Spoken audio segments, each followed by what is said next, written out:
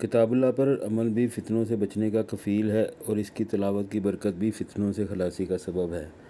حدیث نمبر 22 میں گزر چکا ہے کہ جس گھر میں کلام پاک کی تلاوت کی جاتی ہے، سکینہ اور رحمت اس گھر پر نازل ہوتی ہے اور شیاطین اس گھر سے نکل جاتے ہیں۔ فتنوں سے مراد خروج دجال، فتنہ تتار وغیرہ علماء نے بتلائے ہیں۔ حضرت علی کرم اللہ وجہہ سے بھی ایک طویل روایت میں حدیث بالا کا مضمون وارد ہوا ہے کہ حضرت علی رضی اللہ تعالیٰ عنہ کی روایت میں وارد ہے کہ حضرت یحییٰ علیہ السلام نے بنی اسرائیل سے کہا کہ حق تعالیٰ شانہ تم کو اپنے کلام کے پڑھنے کا حکم فرماتا ہے۔ اس کی مثال ایسے ہے جیسے کوئی قوم اپنے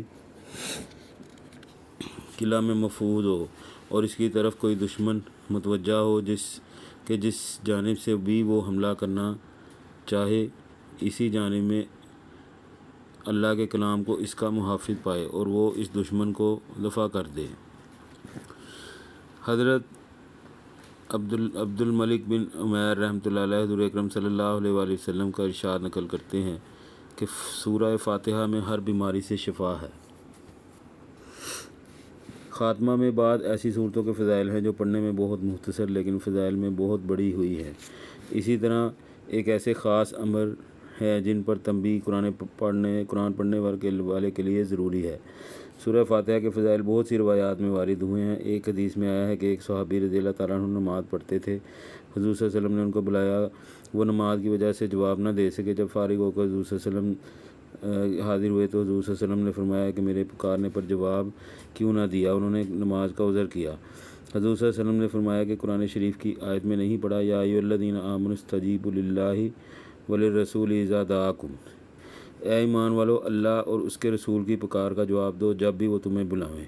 پھر حضور صلی اللہ علیہ وسلم نے ارشاد فرمایا کہ تجھے قرآن شریف کی سب سے بڑی صورت یعنی سب سے افضل صورت بتلاؤں؟ پھر حضور صلی اللہ علیہ وسلم نے ارشاد فرمایا کہ وہ الحمد کی 7 آیتیں ہیں۔ یہ سبع مثانی ہے قرآن عظیم۔ بعض صوفیہ سے منقول ہے کہ جو کچھ پہلے کتابوں میں تھا وہ سب کلام پاک میں آ گیا اور جو کلام پاک میں ہے وہ سب سورہ فاتحہ میں آ گیا، اور جو کچھ سورہ فاتحہ ہے وہ بسم اللہ میں آ گیا اور جو بسم اللہ میں ہے وہ اس کی بے میں آ گیا۔ اس کی شرح بتلاتے ہیں کہ بے کے معنی اس جگہ ملانے کے ہیں اور مقصود سب چیز سے بندے کا اللہ جل شانہ کے ساتھ ملا دینا ہے۔ بعد نے اس کے ساتھ اضافہ کیا ہے کہ بے میں جو کچھ ہے وہ اس کے نقطہ میں آ گیا، یعنی وحدانیت کی نقطہ اصطلاح میں کہتے ہیں اس چیز کو جس کی تقسیم نہ ہو سکتی ہو۔ بعض مشائخ سے منقول ہے کہ ایاک نعبد و ایاک نستعین میں تمام مقاصد دینی و دنیاوی آ گئے۔ ایک دوسری روایت میں حضور اکرم صلی اللہ علیہ وآلہ وسلم کا ارشاد وارد ہوا ہے کہ اس ذات کی قسم جس کے قبضہ میں میری جان ہے کہ اس جیسی صورت نازل نہ ہوئی، نہ تورات میں، نہ انجیل میں، نہ زبور میں، نہ بقیہ قرآن پاک میں۔ مشائخ نے لکھا ہے کہ سورہ فاتحہ کو ایمان و یقین کے ساتھ پڑھے تو ہر بیماری سے شفا ہوتی ہے، دینی ہو یا دنیاوی، ظاہری ہو یا باطنی۔ لکھ کر لٹکانا اور چاٹنا بھی مراد کے لیے نافع ہے۔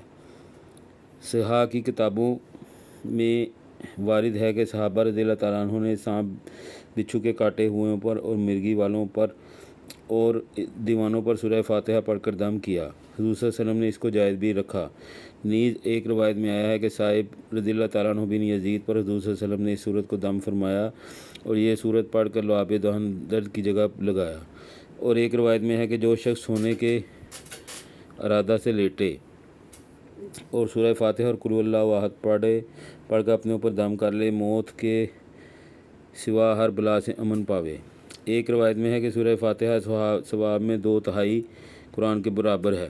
ایک روایت میں ہے کہ عرش کے خاص خزانہ سے مجھ کو 4 چیزیں ملی ہیں اور وہ کوئی چیز اس خزانہ سے کسی کو نہیں ملی۔